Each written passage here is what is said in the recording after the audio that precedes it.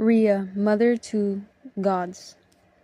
The birth of a god is a lot like the birth of a mortal, except the sweat from our brow is silver and the blood is gold. The second way we are different is that we are given our purpose when our Father holds us, and this is when our fate is foretold. His large blue hands blessed each of my siblings with gifts of prophecy and intelligence and justice and the power to control summer's heat and winter's cold. For me there was no story, no divination at his lips, so my mother taught me the act of nurture. In our home, she told me gently, no one should ever go hungry. This is your only duty. It is why I made sure every bowl was filled from when I was a little girl, as I supposed it was my purpose to satisfy appetite, to obediently feed everything that came to me hungry. I believed I was the goddess of satiation. This was my only true role. Now he stands before me, my husband, my lover, and demands all our infant children, for his ambition is hungry, and only the blood of our own will quench it. No one taught me how to challenge hunger, nor how to deny power. Goddess of satiation, he goads, goddess of appetite. Isn't this your only purpose and power? So I close my eyes, hold my child out, and turn away weeping as his greedy mouth devours.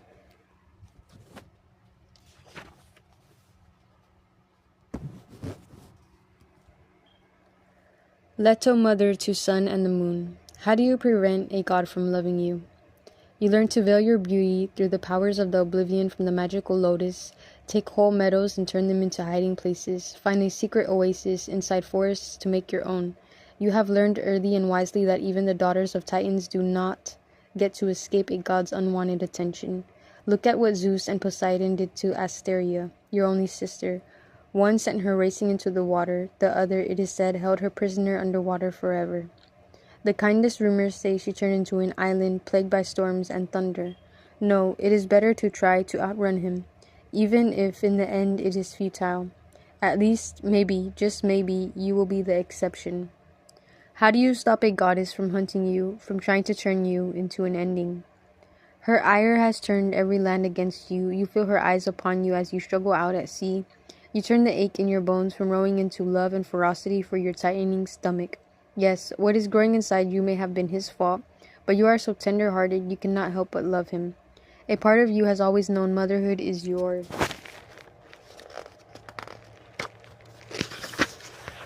destiny. You are a goddess of it after all. Your children make you stronger, you are sure of it. They make you driven enough to face chthonic, unbeatable creatures, and even the wrath of goddesses that make every land across the world shun you in your pregnancy. You were Mary long before the world knew Jesus would be born. How do you become the mother of the most fearsome gods? You use your gift for seeing what is hidden. You learn to stand over oceans. You shake open the heavens. You follow the signs in a dream to the island that was once your own dear sister. Know that nothing mortal or divine can touch you here. She was always your greatest protector. 9 days you spend here in toil, lionesses watch over you, and your sister whispers to her birds to bring you water. You do this for your children, for if there is anyone who can avenge your humiliation, it is them. So you tame the pain within you till it delivers their glory.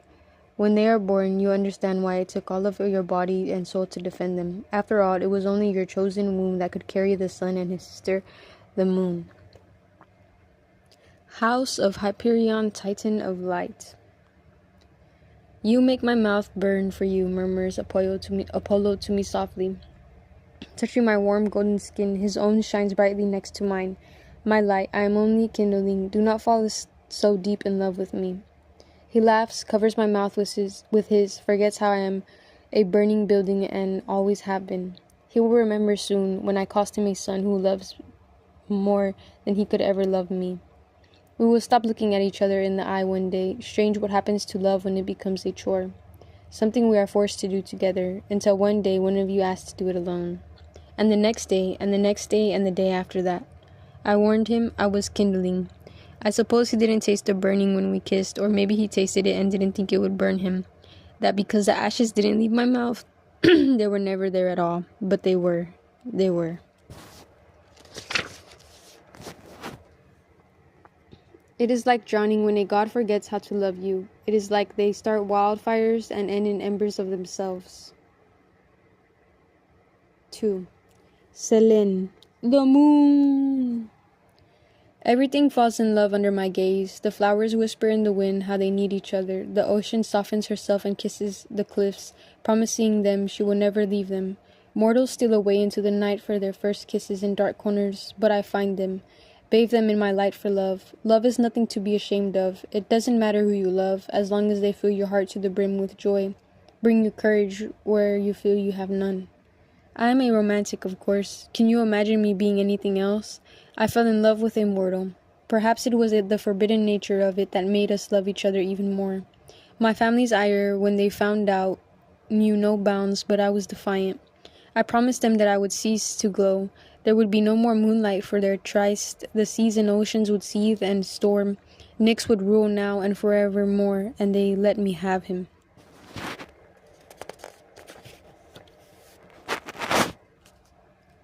I should have known it was a flicker, his life compared to mine. A mortal cannot love a god. They are meant for Hades in the end, and we're to be endless. But I would give up my endless in a heartbeat for him. Instead, I wrapped him in my shaking arms as he died, asked my niece Artemis for help. Take him and turn him into a legacy, I begged. She took him and turned him into the majestic creature you call the wolf. EOS, the dawn. We cannot do this, I whisper to Ares as he kisses my rosy fingers before I use them to open the gates of my father's home in the east. He laughs and asks me, what are you afraid of? I bite my lip, of everything, but mostly of crossing the goddess of love, who has cruel sense of humor, and you are hers. Women like her, they never punish their man, they punish the woman who was with him. He kisses my worried brow. You are too anxious. Come, she has many lovers, she cannot stop me from loving another too. But you are her favorite. Everything about Ares screams danger, but I cannot help it. He knows how to break open something forgotten inside me.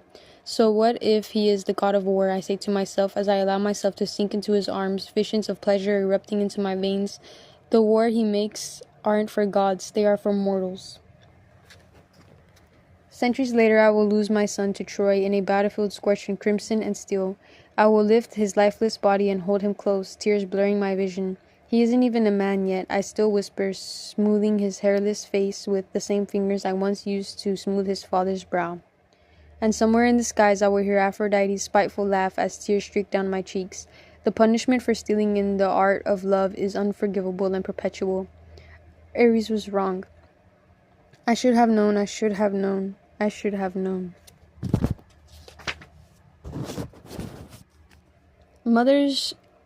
Gaia teaches Rhea retribution. Mothers are not meant to have a favorite child, but Rhea was Gaia's favorite. She saw herself in Rhea. She knew what it was like to be underestimated.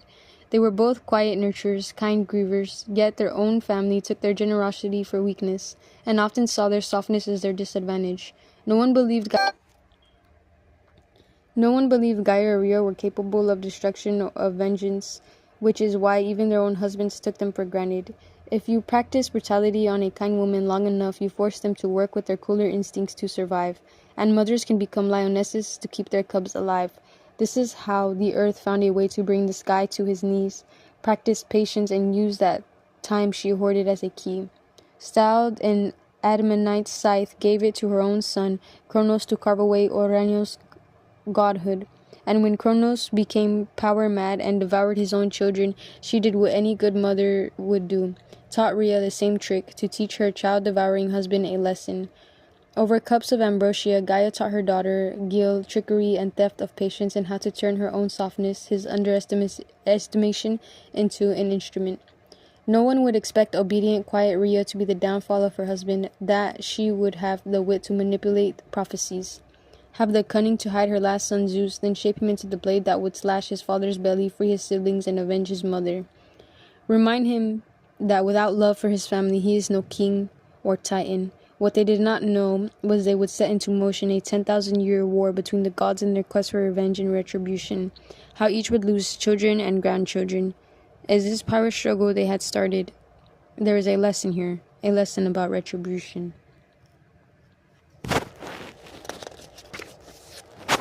They forget that there is always a caveat, a whispered addendum. Even the heavens are not exempt from the violence which will visit. If they are disrupt the natural order by ripping a child from their mother, even gods should know better than to challenge that kind of ancient wisdom. For there is nothing but ruin in store for deities and mortals alike when they dare to trespass upon the unconditional love of a mother.